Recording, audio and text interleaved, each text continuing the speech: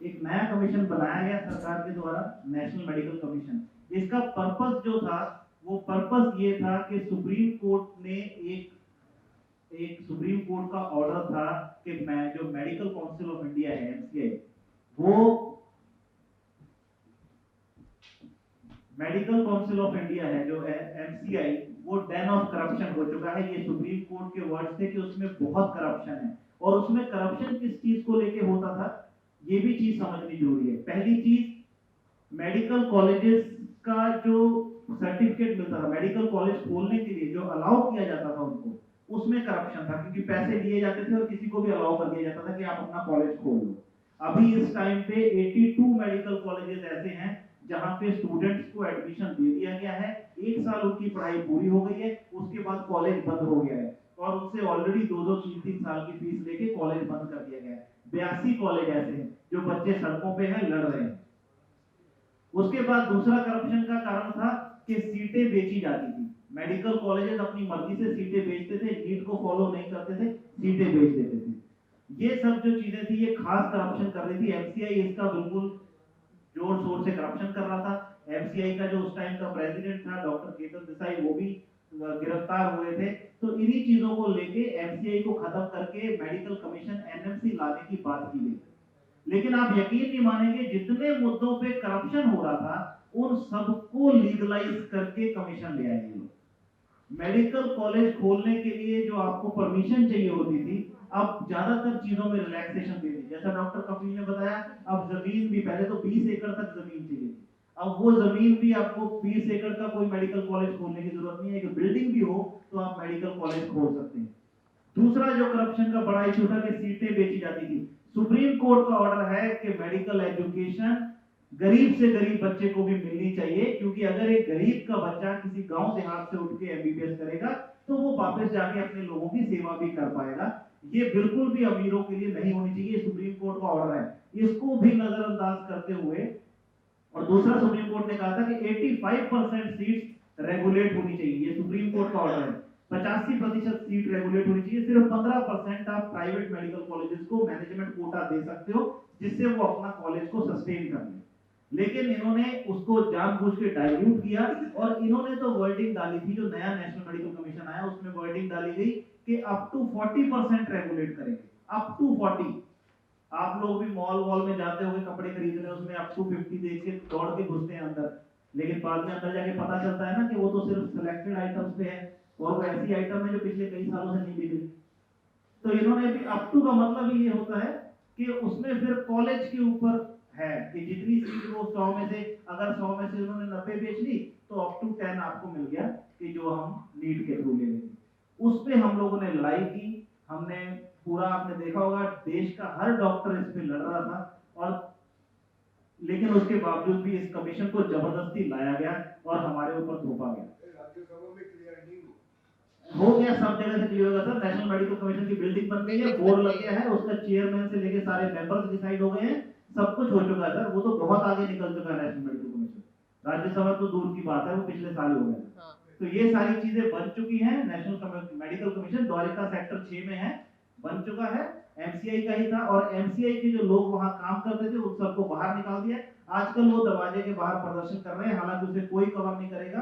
सारे के सारे उनके जितने एम्प्लॉइज थे मेडिकल काउंसिल ऑफ इंडिया में जो काम कर रहे थे, मैं जो बिल की बात कर रहा हूं कमीशन वो वाला नहीं, वो बिल ही कमीशन बना है sir. National medical commission bill था, वो बिल बन के अब वो लॉ बन चुका है, और लॉ बन के कमीशन बन चुका है। वो जो मैंने बात कर रहा था वो 4 साल में उन्होंने भी फॉलो, हाँ, वो मिक्सोपैथी वो तो कमीशन का पार्ट है। उन्होंने एक और इम्पोर्टेंट चीज जो सर भी हाईलाइट कर रहे हैं कि उन्होंने अब इसको एक मिक्सोपैथी का भी एक कॉन्सेप्ट लिया है, इंटीग्रेटेड मेडिसिन इसको कह रहे हैं। इंटीग्रेटेड मेडिसिन का मतलब ये है कि एलोपैथी, होम्योपैथी, आयुर्वेद, अब इस तरह का कोई डिस्क्रिमिनेशन, मतलब इस तरह का कोई डिवीजन या डिफरेंशिएशन नहीं रह जाएगा। अब इस तरह की पढ़ाई कराई जाएगी कि आयुर्वेद वाले भी एलोपैथी की दवाई देंगे, उसके बाद होम्योपैथी वाले भी दवाई देंगे। तो इस तरह से उन्होंने कहा कि मिक्स सा कॉन्सेप्ट बनाया जाए। पहले इस पे भी चीज थी, करप्शन थी, कि बहुत सारे ऐसे आयुर्वेद वाले थे जो एलोपैथी की प्रैक्टिस करते थे और उनसे एमसीआई पैसे लेके उनको अलाउ करती थी, वो भी इन्होंने इसको लीगलाइज कर दिया। तो कायदे से जितनी चीजों में करप्शन था उन सारी करप्शनों को लीगलाइज करके और उसमें इलेक्शन खत्म करके उसके ऊपर नॉमिनेटेड मेंबर्स को बिठा दिया गया है। अब एनएमसी का जो चेयरमैन होगा वो नॉमिनेटेड होगा, वो किसी इलेक्शन से नहीं आएगा, उसमें डॉक्टर्स का कोई से नहीं होगा, कुछ नहीं, जिसको सरकार बिठाना चाहेगी वो बिठाएगी, ताकि करप्शन पूरा लीगलाइज रहे, उसके ऊपर कोई आवाज ना उठाए। और इस तरह का एक पपेट ऑर्गेनाइजेशन हम सबके सर पे थोप दिया गया है। और इसी का नतीजा है कि आप देखिए, मैं तो हैरान हूं कि हरियाणा सरकार एक नया तरीका लेके आई है फीस लेने का। इतना दिमाग वो लोग लगाते हैं गरीब को लूटने का, अगर इतना दिमाग गरीब की सेवा में लगा दे तो देश बहुत बेहतर हो जाएगा। अभी एक नया फीस का कॉन्सेप्ट आया, हरियाणा गवर्नमेंट ने बनाया है। एक साल की 10 लाख रुपए फीस है एमबीबीएस की, एक साल की 10 लाख। वो 10 लाख आपको देने नहीं है, आपको सिर्फ बॉन्ड भरना है कि मैंने 10 लाख दे दिया, आपने साइन कर दिया। उसके बाद फिर जब आपकी एमबीबीएस कंप्लीट हो जाएगी तो 4.5 साल की एमबीबीएस है, 40-45 लाख रुपए आपने साइन कर चुके हो कि ये सरकार ने मेरे ऊपर लगा दिए हैं, 45 लाख रुपए का बॉन्ड मैंने भरा हुआ है। अब आपको 7 साल तक हरियाणा गवर्नमेंट में काम करना है। अगर तो वो 7 साल तक आप काम करते रहोगे तो वो 45 लाख रुपए की जो ईएमआई है वो सरकार आपकी भरेगी। अगर आप काम नहीं करोगे तो आपको वो 45 लाख चुकाने हैं। 7 साल तक सरकारी व्यवस्था में आपको काम करना है। और इसके ऊपर वो आराम से आप लोगों को सबको कन्विंस कर लेंगे कि जी डॉक्टर तो आते नहीं गांव में, तो हमने किसी तरीके से तो लाने हैं। और डॉक्टर के खिलाफ तो आजकल इतना बड़ा माहौल बना हुआ है कि लोग भी बिल्कुल राजी हो जाते, बड़ा अच्छा काम किया, डॉक्टर तो ऐसे ही ठीक आते हैं, इनको सही एकदम गर्दन पे घुटना रखा है इनके। लेकिन डॉक्टर वहां तक क्यों नहीं पहुंच रहा है, इसके पीछे कारण ये है कि वहां की स्वास्थ्य सेवाएं बिल्कुल अवेलेबल नहीं है। पीएससी पे मैं खुद, जिस पीएससी पे मैं पब्लिक हेल्थ सेंटर जो हमारा, जहां पे मैंने अपनी इंटर्नशिप की है, वहां पे गांव में एक तालाब था, वहीं से पानी, वहीं लोग कपड़े धो रहे हैं, वहीं भैंस नहला रहे हैं, वहां से पानी निकाल के हम लोग पीते थे। पानी तक की व्यवस्था नहीं है। ऐसी पीएससी है जहां तक लाइट तक नहीं पहुंच रही है, जहां पे पानी नहीं है, जहां पे रहने की कोई सुविधा नहीं है, इतनी बुरी हालत है, वो सब आपने अभी सुनी है। अब ऐसी हालत में अब मैं एम्स से एमडी करके और वहां पे जाके बैठ के मैं क्या कर लूंगा?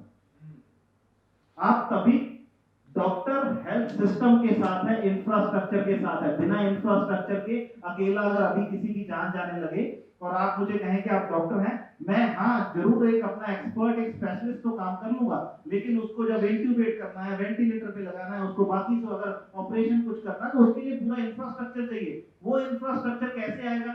वो इन्वेस्टमेंट से आएगा। इन्वेस्टमेंट जो है वो सरकार करना नहीं चाहती। उन्होंने कहा है 2025 तक 2.5% दे देंगे, सिर्फ एक उम्मीद जगा दी है। 2025 में बोल देंगे, 30 में बोल देंगे 35, ऐसी जो लोग हैं, ये वाली सारी जनसंख्या मर जाएगी, नहीं आ जाएगी, आगे से आगे बढ़ाने चलते रहेंगे। तो एनएमसी का जो कॉन्सेप्ट है इसको हम बिल्कुल सिरे से नकारते हैं, क्योंकि हम इस तरह के लीगलाइज्ड करप्शन को और नॉमिनेटेड जो पपेट इसके चेयरमैन हैं इसको बिल्कुल एक्सेप्ट नहीं करते और इसके खिलाफ हमारी लड़ाई जारी है। पीएमएसएफ के प्रेसिडेंट होने के नाते मैं लड़ रहा हूं। डॉक्टर कफील एक नेशनल फेस है डॉक्टर्स का, ह्यूमैनिटेरियन डॉक्टर हैं, आपने अभी इनका सुना भी होगा किस तरह से लोगों के दर्द को महसूस करते हैं। ये एनएमसी के खिलाफ लड़ रहे हैं। मेडिकल सर्विस सेंटर 50 साल पुरानी ऑर्गेनाइजेशन है, ये लड़ रही है। और इसके अलावा देश के जितने भी बड़े बड़े संस्थान है, चाहे वो इंडियन मेडिकल एसोसिएशन हो, वो डीएमए हो, या इवन सरकारी संस्थान भी हो, चाहे मेडिकल काउंसिल्स हो, वो सारी की सारी नेशनल मेडिकल कमीशन के खिलाफ हैं। और वो सारी की सारी चाहती हैं, हम ये नहीं कहते कि एमसीआई को वापस ले आओ, उसे तो लोग वैसे ही कह रहे थे करप्शन से भरी पड़ी है। हमारी उम्मीद ये थी कि जो नया सिस्टम आएगा वो इतना अच्छा होगा कि गरीब से गरीब भी पढ़ सके, ना कि ऐसा सिस्टम होगा कि गरीबों को सिरे से उसमें से निकाल दिया जाए और सिर्फ अमीरों के बच्चे वहां बिठा दिए जाए। और ये बात भी आप मान लीजिए और जान लीजिए कि जिसने 1.5-2 करोड़ रुपए लगा के एमबीबीएस की होगी, फिर वो गांव में जाके काम नहीं करेगा, ना वो गरीब के बारे में सोचेगा। फिर जिस तरह से अभी डॉक्टर कफील ने बताया ना, जो वेंटिलेटर पे रखा हुआ है, पैसे निचोड़ लिए, जब निचोड़ जाएंगे तो नया मरीज ले लेंगे, वो ऐसे ही करेगा, क्योंकि उसने तो पैसे देके खरीदी है ना डिग्री। सोसाइटी ने तो उसमें कुछ इन्वेस्ट किया नहीं, सरकार ने इन्वेस्ट किया नहीं, पैसे देके डिग्री खरीदी है, वो अपने पैसे कमाएगा। ये तो व्यापार हो गया। फिर तो ना इंसानियत बची, ना हेल्थ केयर सिस्टम बचा, फिर तो कुछ बचा ही नहीं। तो इन अगर चीजों को बचाना है तो आप सब लोग हमारा साथ दें। हमें पता है बोरिंग टॉपिक है, हमें पता है आपको ज्यादा क्लिक्स भी नहीं आएंगे, हमें ये भी पता है कि हो सकता है ये कोने में अखबार के छपा रह जाए, कोई पढ़े भी ना। हमें पता है हेल्थ केयर इस देश में एक बहुत बोरिंग टॉपिक हो चुका है, लेकिन इस बोरिंग टॉपिक पे अब हम सबको बात करनी होगी, बार बार बात करनी पड़ेगी। हो सकता है पहली बार में कोई ना सुने, दूसरी बार में, 10वीं बार में ना सुने, लेकिन उसके बाद जब अपने पे बीतेगी ना, जब अपने मरीज को लेके कोई अस्पताल के बाहर बैठा होगा और पुलिस डंडे मार के भगा रही होगी कि निकल जाओ यहाँ से, सड़क पे नहीं बैठ सकते, वो आप रेलवे स्टेशन पे जाओगे वहां डंडे मारेगा रेलवे वाला, कहेगा आप ट्रेन यहाँ रेलवे स्टेशन पे नहीं बैठ सकते। धीरे धीरे ले जाके जब आपके उसी मरीज को गोदी में उठाया हुआ वापस अपने घर पहुंच जाओगे, तो उस दिन भी उनको समझ आएगा कि यहाँ स्वास्थ्य व्यवस्था अच्छी होनी चाहिए।